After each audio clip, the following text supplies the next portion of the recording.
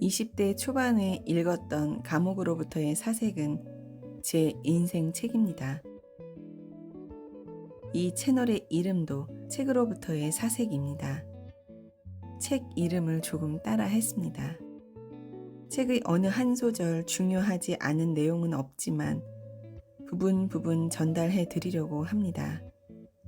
책으로 읽으셨을 때의 감동도 느끼실 수 있도록 남겨두겠습니다.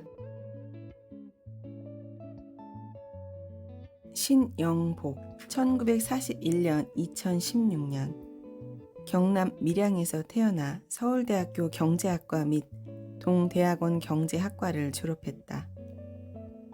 숙명여자대학교 경제학과 강사를 거쳐 육군사관학교 경제학과 교관으로 있던 중 1968년 통일혁명당 사건으로 구속되어 무기징역을 선고받았다. 복역한 지 20년 20일 만인 1988년 8월 15일 특별 가석방으로 출소했다. 1989년부터 성공회 대학교에서 강의했으며 2006년 정년 퇴임 후 석좌 교수로 재직하였다. 저서로 감옥으로부터의 사색, 나무야 나무야, 더불어 숲, 신영복의 엽서, 강의, 나의 동양고전 독법, 청구회 추억, 변방을 찾아서, 담론, 신영복의 마지막 강의, 처음처럼, For the first time, 느티 아래 강의실, 신영복, 여럿이 함께 숲으로 가는 길 등이 있으며 역서로 외국 무역과 국민 경제, 사람아, 아 사람아, 노신전, 중국 역대 시가선집 등이 있다. 증보판 서문, 시대를 넘어 민족의 고전으로 감옥으로부터의 사색이 출판된 지 10년, 엽서가 나온 지 5년, 이제 이 두 책이 합해져 한 책으로 나오게 되었습니다. 그동안 이 책을 아끼며 보다 온전하고 보기 좋게 재출간되기를 희망해 왔던 독자의 한 사람으로서 매우 기쁩니다. 증보판을 낸다는 것이 독자들에게 또 돈을 내고 사야 하는 부담을 준다는 점에서 저자인 신 선생은 선뜻 응하지 않았습니다. 그러나 누락된 편지들, 특히 청구회의 추억을 비롯하여 어려운 여건 속에서 기록한 메모 노트는 많은 독자들에게 그런 부담을 갚고도 남을 것이라는 주장을 받아들였습니다. 이번 증보판에는 그가 출소한 이후에 발견된 편지와 메모 노트가 새로 보태졌습니다. 지난번 책은 76년 2월이 편지부터 실려 있는데 영인본인 엽서에서 밝히고 있듯이 그가 남한산성 육군교도소에서 쓴 글들이 이번에 실리게 되었습니다. 이 부분은 69년, 70년의 글로서 그의 20대의 생각들이 담겨 있고 특히 사형을 언도받고 있던 기간 중에 기록된 것이어서 의미가 크다고 하겠습니다. 교도소에서 하루 2장씩 지급하는 휴지에다 깨알같이 박아 쓴 글들은 그 어려웠던 징역 초년의 면모를 보여줍니다. 원본 엽서는 덜어는 연필로 쓴 것도 있고 볼펜으로 쓴 것도 있지만 대부분 철필로 먹물을 찍어서 쓴 것들입니다. 이 원본을 본 사람이면 누구나 하는 말이지만 철필로 먹물을 찍어서 또박또박 박아 쓴 글씨들은 글의 내용에 앞서 어쩌면 글의 내용보다 더 짙은 느낌을 갖게 합니다. 이러한 것을 전달하지 못했던 아쉬움을 덜기 위하여 중간중간에 메모와 엽서 원본 사진을 실었습니다. 이번에는 수신자별로 나누어 편집하지 않고 시기별로 실었습니다. 수신자가 아니라 발신자인 저자의 입장이 잘 보이는 편집 형식이라 할 수 있습니다. 신 선생이 옥중 20년 20일이 그 고뇌 어린 사색의 결정과 함께 펼쳐져 있는 셈이지요. 그리고 지난번 책은 그가 아직 옥중에 있는 동안 만들어졌었습니다. 그래서 편지 글들의 소제목을 편집자가 달았지만 이번에는 신 선생이 직접 소제목을 다시 달았습니다. 그동안 감옥으로부터의 사색이라는 이 책의 표제가 우리말 표현이 아니라는 지적이 있었습니다. 옳은 지적이라고 생각합니다.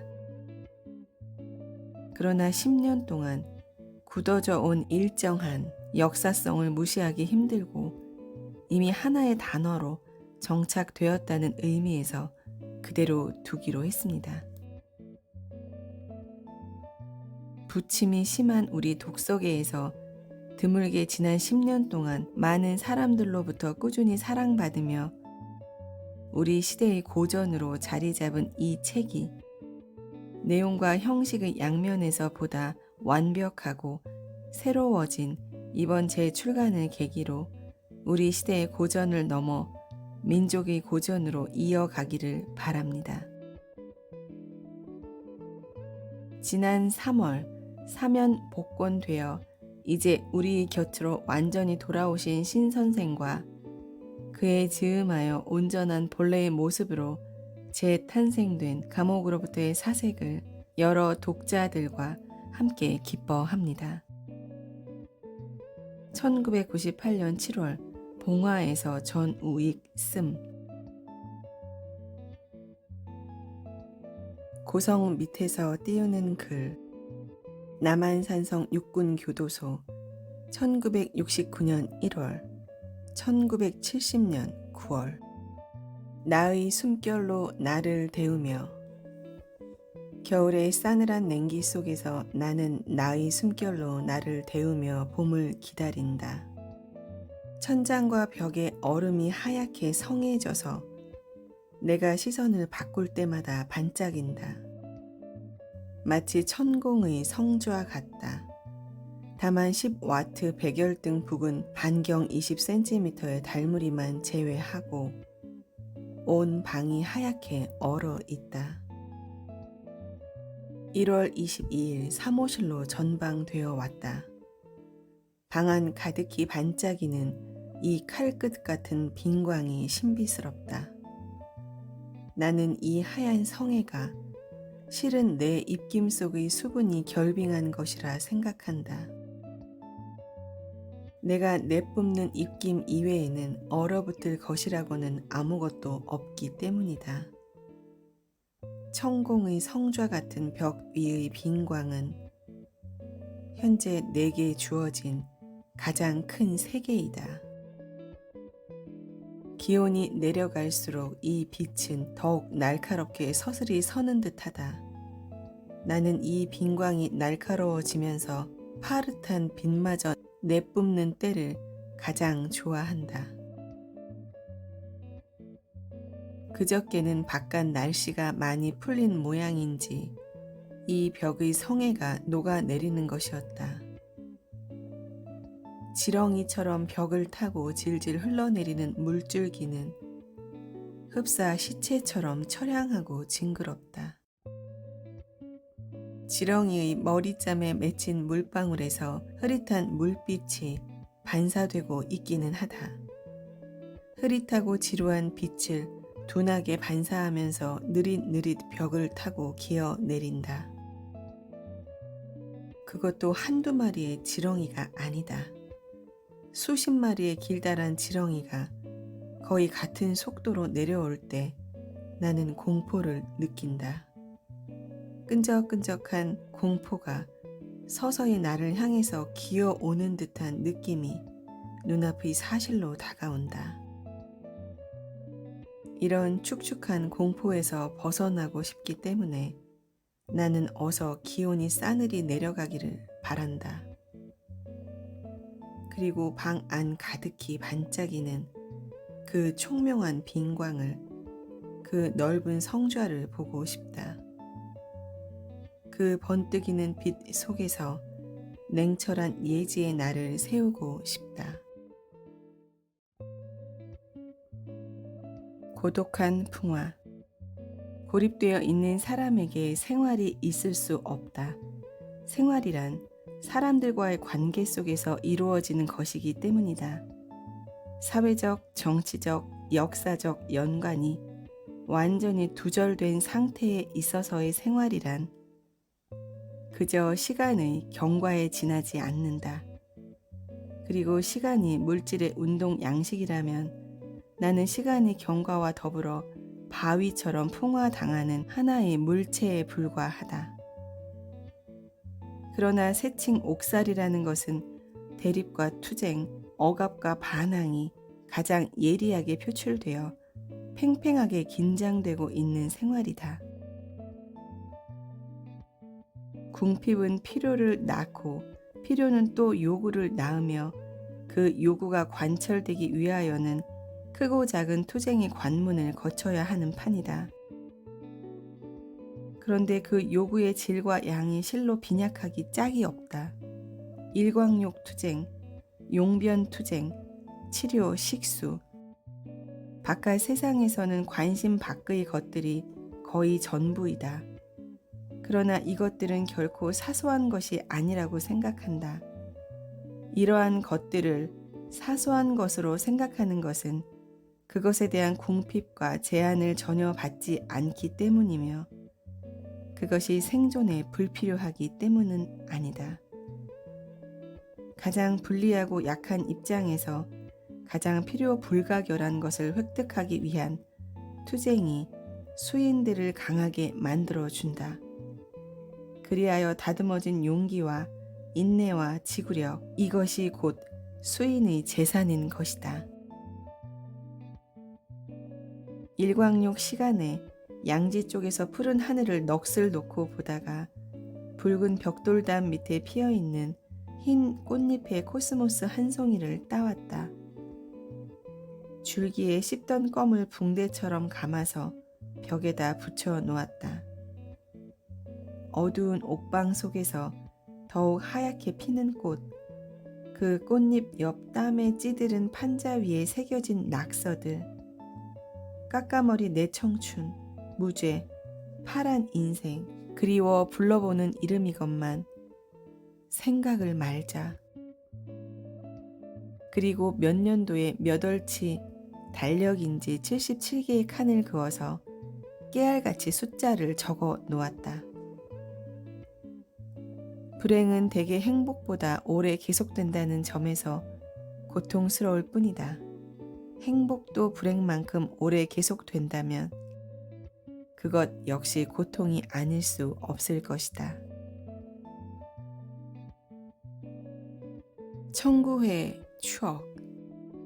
1966년 이른 봄철 서울대학교 문학회의 초대를 받고 회원 20여 명과 함께 서울흥으로 한나절의 답청놀이를 섞이게 되었다. 불광동 시내버스 종점에서 서울흥까지는 걸어서 약 1시간 길이다. 우리는 이 길을 335 이야기를 나누며 걸었다.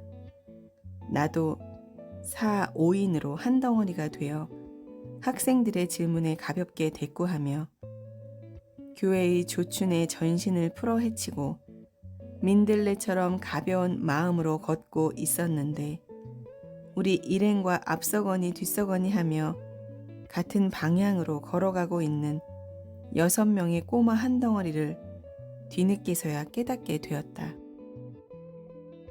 만일 이 꼬마들이 똑같은 교복이나 제복 같은 것을 입고 있었거나 조금이라도 더 똑똑한 옷차림을 하고 있었더라면 나는 좀 더 일찍 이 동행인들을 알아차렸을 것이다. 연함은 살이 이 아이들은 한마디로 주변의 시골 풍경과 소달구지의 바퀴 자국이 두 줄로 패여 있는 그 황토길에 흡사하게 어울리는 차림들이었다. 모표도 달리지 않은 중학생 학생모를 쓴 녀석이 하나, 흰 운동 모자를 쓴 녀석이 또 한 명 있었던 것으로 기억된다. 운동 모자는 여러 번 빨래한 것으로 앞 챙의 속의 종이가 몇 군데로 밀리어 챙의 모양이 원형과 사뭇 달라졌을 뿐 아니라 이마 위로 힘없이 처져 있었다. 그나마 흙대가 묻어서 새하얗게 눈에 띄지도 않는 것이었다. 고성 밑에서 띄우는 글. 오늘은 비가 내리고 있습니다. 비는 이 유형지의 어두운 분위기를 더욱더 축축한 것으로 만듭니다. 저마다 권태로움에 젖어드는 자신의 마음을 구하려 하지만 이미 수렁에 던져진 바위처럼 마냥 밑으로 침하하기만 합니다. 세상의 가장 낮은 바닥에 쭈그리고 앉아있는 처지에 다시 더 밑으로 떨어진다는 것은 결국 가상이고 아이러니가 아닐 수 없습니다. 그러나 이 허무한 가상 속에서 상당한 분량의 위로를 얻고 있는 것도 사실입니다. 가상에 의탁한 위안이 허무한 것임은 말할 필요가 없습니다. 하나의 가상이 무너질 때, 허황한 착각에서 깨어날 때, 퍼뜩 제 정신이 들 때, 우리는 다시 침통한 마음이 됩니다. 이를테면 자물쇠에 채우는 금속성의 마찰음이 귓전을 칠 때, 또는 취침 나팔에 긴 여운이 울먹일 때, 또는 잠에서 막 깨어 그것이 꿈이었다는 것을 알았을 때, 이런 때에는 어김없이 현실의 땅바닥에 떨어져 버린 한 마리씩의 기시 젖은 새처럼 풀 죽은 꼴이 됩니다. 이렇게 하루에도 몇 번씩 하늘과 땅 사이를 배회하는 가상 속에서 오히려 옥살이는 고통과 위로를 혼동하며 고통이든 위로든 그것을 애매하게 만들어 놓습니다. 그러나 오늘같이 비가 내리는 날이면 자꾸만 밑이 꺼지는 공허를 어쩔 수 없습니다. 진흙 바닥에 발이 박혀서 신발마저 뽑아내지 못한 채 끝내 울음을 터뜨리고 말았던 국민학교 시절의 기억. 이제 한 달 안으로 이 고성을 떠나게 될 것 같습니다. 작년 1월 22일 하얗게 눈에 덮인 이 산성으로 실려온 지 벌써 1년 5개월. 그동안 나는 많은 것을 여기 이 땅 속에 묻어두었습니다. 어쩌면 이 편지가 남한산성에서 쓰는 마지막 편지가 될지도 모릅니다. 이 편지 역시 이 땅 속에 묻는 편지이기도 합니다. 이곳은 나 한 사람만의 사연이 묻혀 있는 곳이 아니라 민족의 순환과 치욕이 멍든 비극의 땅이기도 합니다. 이조 16대 임금 인조가 청나라 때 태종이 말 아래 무릎을 꿇고 항복한 곳도 바로 이곳입니다. 이것이 약 300년 전의 일이고 보면 아직도 이곳 어디엔가 묻혀 있을 혈흔을 파낼 수 있을지도 모를 일입니다. 창문에서 보이는 산의 가장 높은 봉우리에는 큰 소나무가 5그루 서 있습니다. 나는 노대 위와 함께 저 소나무 밑에 앉아서 이쪽을 굽어보며 술 한 잔을 기울일 것을 약속해 두었습니다. 지금 막 취침 나팔이 울리고 있습니다. 요즘은 취침 나팔을 스피커를 통하여 녹음 방송하기 때문에 이 소리마저 나무 토막처럼 감흥이 없습니다. 하나 잃었습니다. 좀 전까지만 하더라도 수감자 나팔수가 옥상에 올라가서 설레는 가슴으로 불었었는데 지금은 그도 출감해버리고 불만한 사람이 없나 봅니다. 며칠 전 중앙에 들렸더니 거기 벽 구석에 그 나팔이 걸려 있었습니다. 나는 조심스럽게 잠시 쓰다듬어 보았습니다. 오랫동안 쓰지 않아서인지 윤기도 없고 군데군데 얇은 녹이 앉아 있었습니다. 사형수의 신발처럼 쓸쓸한 행색이었습니다. 이제는 모두들 고난 몸들을 누이고 잠들어 버린 듯 주위의 무덤 속 정적입니다. 송형모, 하종현, 김태일랑 3명도 내 옆에서 고이 잠들고 말았습니다. 오늘 저녁에는 꼭 이야기 하나 들려달라고 그리도 졸라대더니 비가 많이 내렸습니다. 와우 아파트가 무너지고 축대가 깨져 판잣집이 내려앉고 태풍 올가호가 휩쓸어 산이 무너지는 등 숱한 재산 인명이 또 한 번 애곤을 당하고 있는데도 이곳에서 비닐 우산 한 자루 없이도 태무심으로 걱정 하나 없이 앉아 있습니다. 감옥의 벽은 태풍에도 꿈쩍 않을 만큼 견고하고 높고 작은 반달창은 해가 떴는지 별이 떴는지도 가르쳐주지 않습니다. 이런 상황 속에서 얻은 평정함이란 도대체 무엇인가?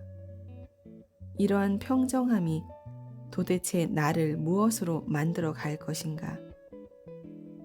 주룩주룩 그치지 않는 빗소리는 이런 나의 심경을 축축하고 무거운 곳으로 끌어내리고 마침내 질퍽한 진흙바닥에 나앉게 합니다. 어깨가 젖고 가슴이 젖는 듯한 무거운 상념에 젖어듭니다. 이처럼 빗소리에 새삼스레 무거운 마음이 되는 까닭은 아직도 내게 숱한 미련이 남아있기 때문이라 생각됩니다. 과거를 회상하는 것은 미래를 창백하게 만드는 일입니다.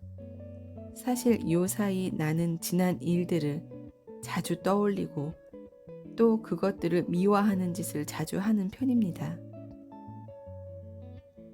과거가 가장 찬란하게 미화되는 곳이 아마 감옥일 것입니다. 감옥에는 과거가 각박한 사람이 드뭅니다. 감옥을 견디기 위한 자위인 경우가 대부분입니다. 이 자위는 참혹한 환경에 놓인 생명이 자신을 보호하기 위한 생명운동 그 자체라고 생각됩니다. 자위는 물론 엄한 자기 성찰, 자기 비판에 비하면 즉자적이고 감성적인 생명운동임에는 틀림없습니다만 그것이 갖는 의미와 필요에 대하여 너무 심하게 폄하할 생각이 없습니다. 불모의 영토마다 자리 잡고 있는 과거라는 이름의 숲은 실상 한없이 목마른 것입니다. 그늘도 샘물도 기대 앉을 따뜻한 바위도 없습니다. 머물 수 있는 곳이 못 됩니다. 나는 벽 앞에 정좌하여 동공을 나의 내부로 열기로 하였습니다. 내부란 과거와 미래의 중간입니다. 과거를 미화하기도 하고 현재를 자위하기도 하고 미래를 전망하기도 합니다. 그러나 이 모든 사색이 머릿속의 관념으로서만 시종하는 것이고 보면 앞뒤도 없고 선후도 없어 전체적으로 공허한 것이 되고 맙니다. 그렇지만 나는 나의 내부에 한 그루 나무를 키우려 합니다. 숲이 아님은 물론이고 정정한 상록수가 못됨도 사실입니다. 비옥한 토양도 못되고 거두어줄 손길도 창백합니다. 염천과 폭우, 엄동설한을 어떻게 견뎌 나갈지 아직은 걱정입니다. 그러나 단 하나, 이 나무는 나의 내부에 심은 나무이지만 언젠가는 나의 가슴을 헤치고 외부를 향하여 가지 뻗어야 할 나무입니다. 이 나무는 과거에다 심은 나무이지만 미래를 향하여 뻗어나가야 할 나무입니다. 더구나 나는 이 나무에 많은 약속을 해두고 있으며 그 약속을 지킬 열매를 스스로 키워야 하기 때문에 당장은 마음 아프더라도 자위보다는 엄한 자기 성찰로 스스로를 다그치지 않으면 안 됩니다. 오늘은 유난히 햇빛이 밝은 날입니다. 어제 내린 비가 온갖 먼지를 씻어낸 자리에 오늘은 일제히 햇빛이 내려 쪼이고 있습니다.